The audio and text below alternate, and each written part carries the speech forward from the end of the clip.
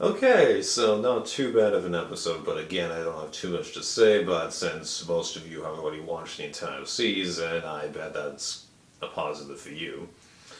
So it turns out I was right in that they kept it at three tribes, but had all of them have five members, and I was also really impressed at how diverse all these tribes ended up being. Every tribe had a mix-up of people from each tribe, and yeah, I really enjoy this potential dynamic and all that stuff. So, before the Switch, I don't really think that there was that much to talk about, to be honest with you.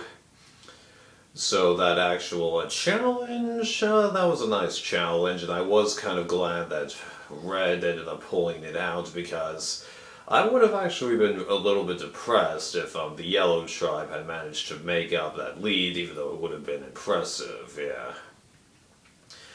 So far, so these new tribes, I did think that the Blue Tribe had a good tribe in terms of challenge might, but I did get the idea that they probably wouldn't get along, and that was emphasized really quickly because we had the two explosive guys and Ashley, who didn't really get along with Alan that much, although we have Devin, who's gradually emerging, which is nice.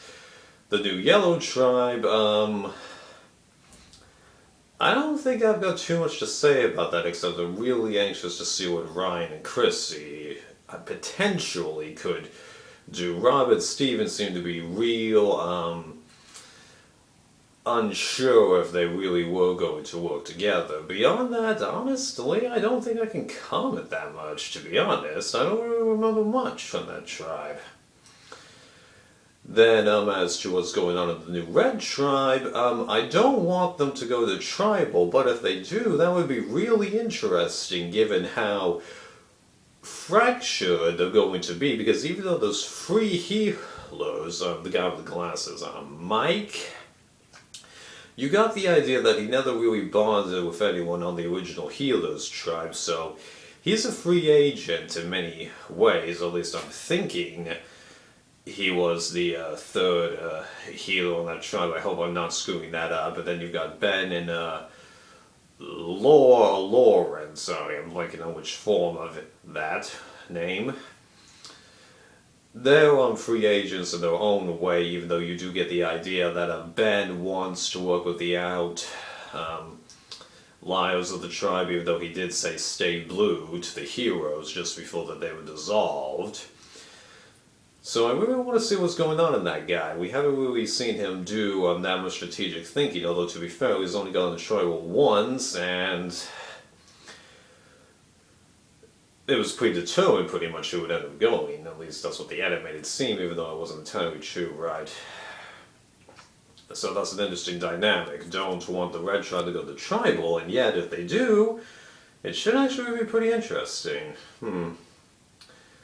So then that immunity, well, it got more and more obvious that Blue would end up losing, although again I was glad that Red finished first, but it wasn't a repeat of last time where Patrick just wouldn't give up his station. Alan stated in an interview with Dalton Ross that the tribe actually did end up switching, but he was the only one that even had a real chance of actually hooking the platform, so it ended up being that they just kept him doing it, and he gradually ran out of steam and got lucky. So, yeah, it's not his fault. That tribe was just simply slower, and really, when it comes to working a huge bunch of ropes like that, it takes a good amount of luck, I think.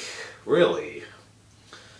Because, like, if you remember South Pacific, Upolu got the untangling the key from the pole in the second immunity challenge just like that, whereas Savai was a little bit slower, so, yeah.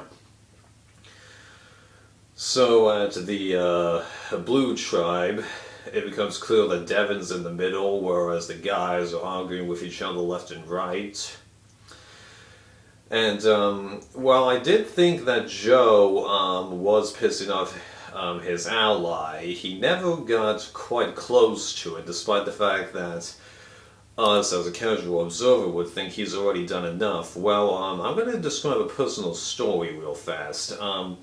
While I was living with my uncle, I worked at a pizza place, and like summer 2013, a bunch of us employees got pissed off at the owner of the business and how he was constantly making things difficult for us, shall we say. And there were a couple of us that were thinking, we're kind of getting tired of this. We might actually quit. Well, we talked about it a couple of times. It wasn't a long conversation, it was like 10-second conversations, but we always ended up being one or two instances away from actually doing anything drastic. In the end, we did nothing, and everything did mellow out after several months, so yeah, so that's kind of that situation.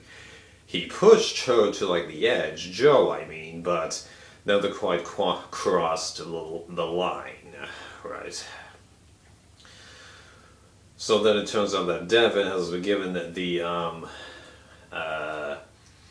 advantage to knock out his vote. Now, at first, you'd be like, well, doesn't that leave that on an even playing field? Yeah, but at the same time, it puts heroes versus healers at an even playing field and means that there's a tiebreaker, potentially. Now, Rob and Steven have hypothesized that had it been a tiebreaker, it would have still been amongst the 5 tribe members, so odds are it actually would have been Devin and whichever hero didn't get the votes drawing rocks. So, in a way, if one of those 2 healers had the idol, then they'd be guaranteed. So, even though I doubt that's what Jessica was thinking when she played the advantage, it ended up working out that way. And it actually didn't change anything that Devin's vote was cancelled out, because his interactions at Tribal indicated that he would have voted for Joe, so Joe would have played the idol anyway. So, right, now say that Alan and Ashley hadn't voted for Joe, well, Joe's ally would have become immune, as I've already mentioned, so the heroes were doomed, but I'm not complaining about that. That was perfectly fair. It would have happened anyway. So I'm really looking forward to next week. As to who's going to lose, I'm not going to make a prediction. I just want it to be exciting.